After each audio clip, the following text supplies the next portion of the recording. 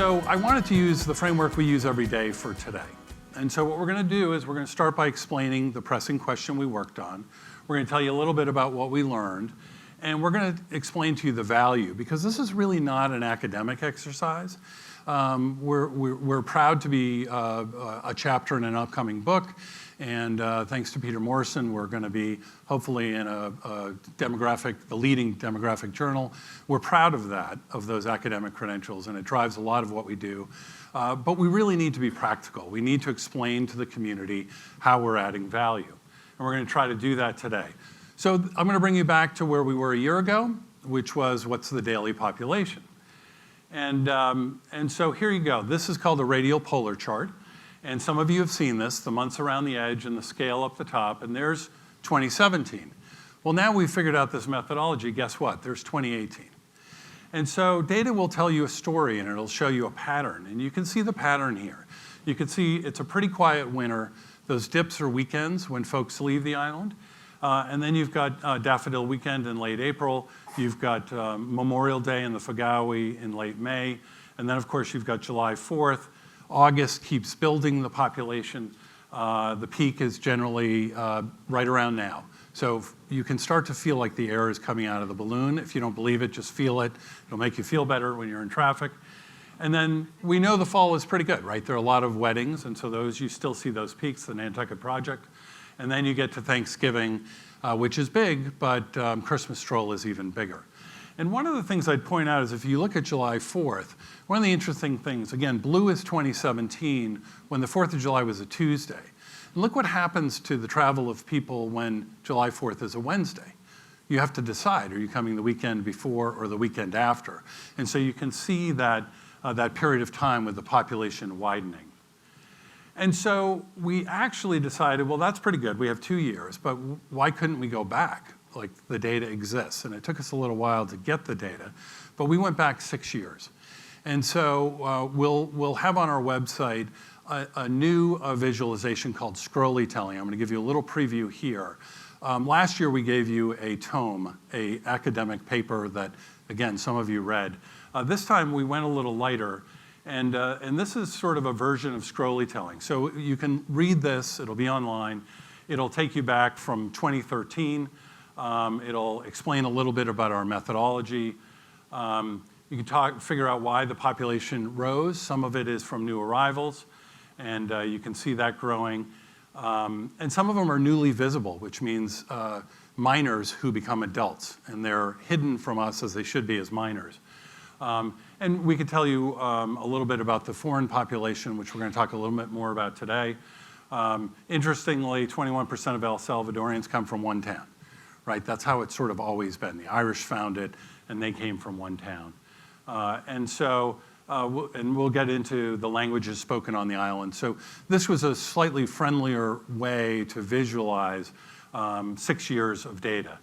So people were really interested in the people population, and then they started to get interested in the car population. And the answer, I would ask people, how many cars do you think are here? And they'd say, oh, about 1 million. And I think they're right, because if you're stuck at 5 corners, it feels like it's at least 1 million. But we actually now know what the population of cars is. So here we are. This is 2018. So we know this is starting in January. You watch the bottom right. You'll see it scroll. So we've got 17,600 people or so, and about 25,000 cars. And you're going to see what happens. Now, the population includes minors, so those are not all drivers. And so you'll see it flip. This is a daily population count for cars, thanks to the Steamship Authority, which have been great data partners, along with the High Line, along with Cape Air. They're engaged in data philanthropy, which is really helping the community understand itself. So you kind of know what's going to happen, right? Here comes May. That was Fagawi, right? Here comes July 4th. You'll see that. Whoa, there we go. And the cars are just sort of marching along, right? Only so many come over on a ferry, so it's a little steadier. You can see the July people leaving, the August people leaving now, the number of cars coming down. And so what you saw was a population going from about 18,000 almost to 50,000, not quite, and the number of cars going from about 24,000 to 32,000.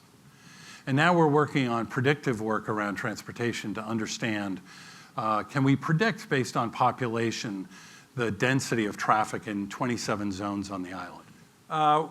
One that the finance department came to us with, and frankly, they had already made a lot of progress, was how do we measure the island's economic health? So between an operating budget and a capital budget, this is a nearly $300 million enterprise. So if you thought the economy was headed down, you would actually want to do some things, because some of the revenue is driven from taxes. And so if you're not going to have visitors and your taxes are going to go down, maybe you need to make some adjustments. To the town's credit, Brian Turbert in the finance department had developed a dashboard to measure economic health. And it was one of the reasons the credit rating went up for Nantucket. And Nantucket is the only island in the country that has a AAA credit rating, which is super impressive. And so they had version 1, but they were updating it by hand. They didn't have national indicators. And so we helped them. And this is now live. You can go to our website and you'll find it. And so we look at local receipts, and these are the things that can vary, right? If the economy's headed down, rooms tax and meals tax will go down, building permits. You can see real estate in the middle and transportation. And so I'm just going to do a little demo on what it can do. We can look by the quarter. You can look by the year. David Worth on the finance committee was a big proponent of this. And so for those of you who like open data, you can go and understand how the town's doing and how they've done over time. Again, by month, by quarter, and by year. So these are all sort of local measures. That was rooms tax. And we also dollar adjust for inflation, so you're really seeing apples to apples.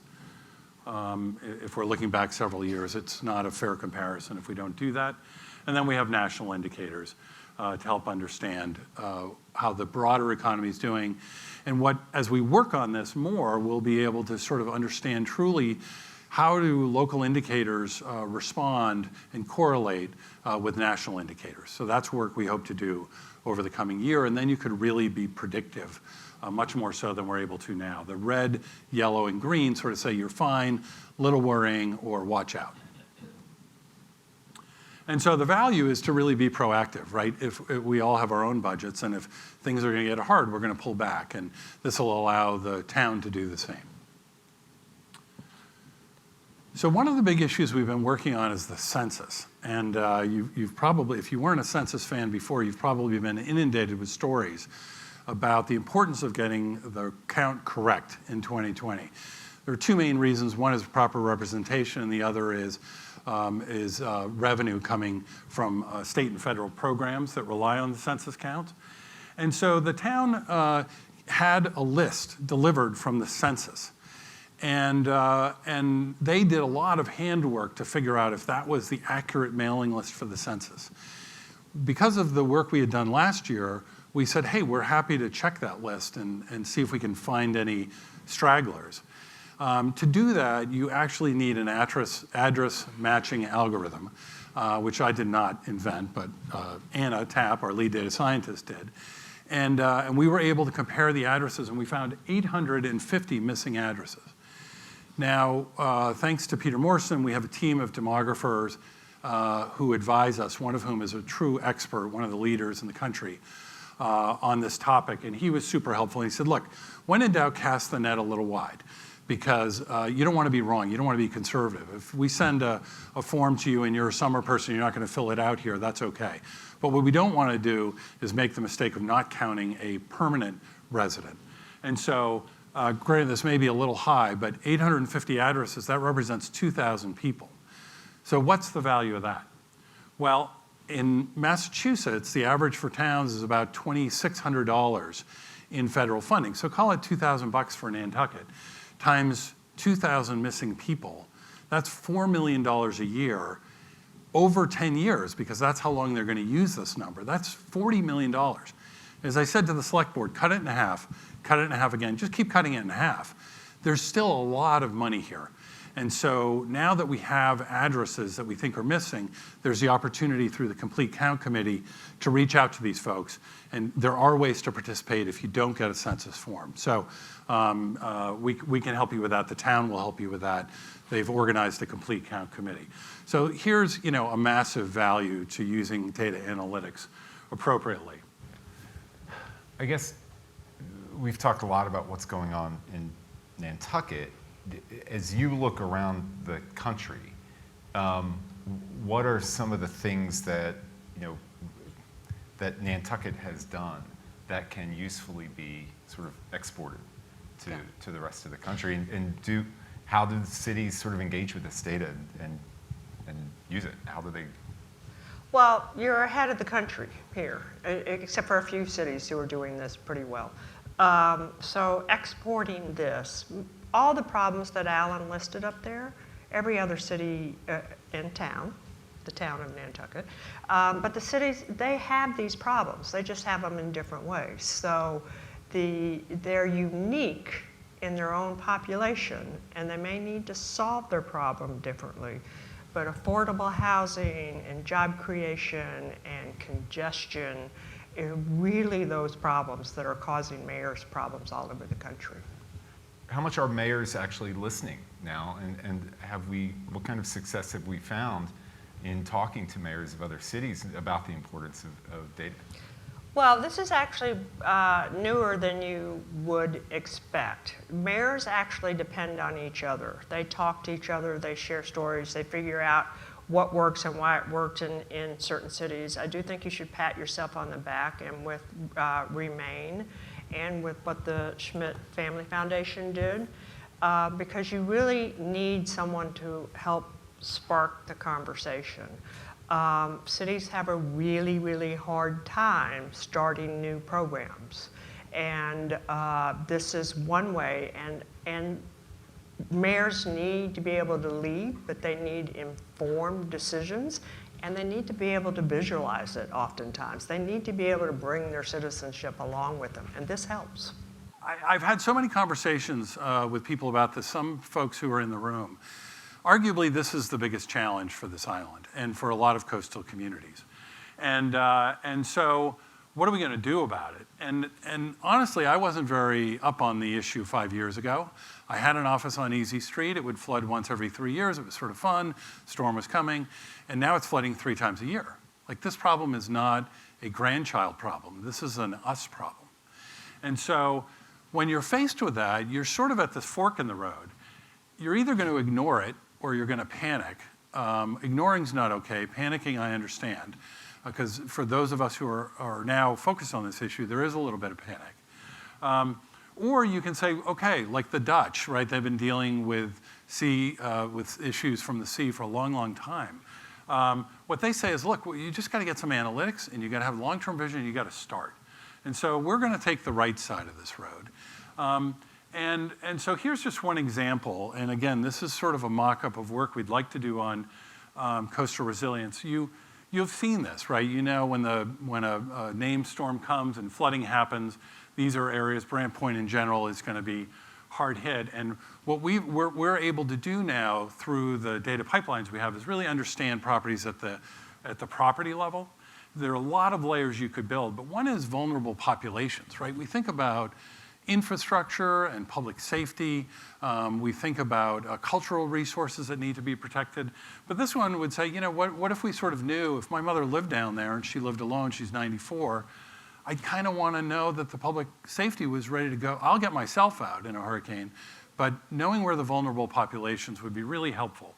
Also understanding values. So these are just assessed values, but we think there's a better analytic framework and machine learning to understand real estate values in a better way, because if we can't describe the impending destruction of sea level rise and named storms, it's kind of hard to get your head around it. So we need to know, is this a $100 million problem or a $1 billion problem, or probably somewhere in the middle? And so our framework is essentially, look, there are some great national models. Boston's done some amazing work on this through the Green Ribbon Commission, and New York's done some amazing work. And we've talked to those folks and said, hey, could we take your models? And they said, sure, but you need to have local data, because otherwise it's not going to work. And I said, well, we got that part. If you give us the models, we'll find the local data. Because then we could measure impacts, right? All those impacts I described, cultural resource impacts, infrastructure impacts, et cetera. Because, you know, God willing, there's going to be funding to help us do something. And so just imagine you're on the select board and you're worried about this issue, and the federal government comes along and says, we know you got a huge problem. Here's $10 million. You can start. Where do you start? Well, if you haven't measured the impacts and you haven't thought of priorities, that's a really hard question. And so we hope that this work could help set priorities. And then for those of us who get it, you don't need to communicate with me a lot, but there are folks who still don't quite get it. And so we hope we can bring some visualizations to the question and get people more aware of the issues. Loss of productivity. My office flooded several years ago, and there was definitely lost productivity. Lola was out of business for months, and those are workers with incomes and small business owners. So we got to figure this out. And the way to think about it is, if it's possible for a community to do something to improve the lives of people living there, they have the responsibility to do it. So fire trucks are a matter of life safety, and communities have them. And we now know that bringing analytics and understanding and evidence to pressing questions that a community faces can help leaders make smarter decisions. And we believe analytics are as important as a fire truck. We really do. And we believe that everyone, government, citizens, philanthropies, business groups, all have the responsibility to engage in this resource, to contribute data, to contribute ideas, to contribute questions. And the goal is really simple. It's to make this community smarter and stronger. Thank you.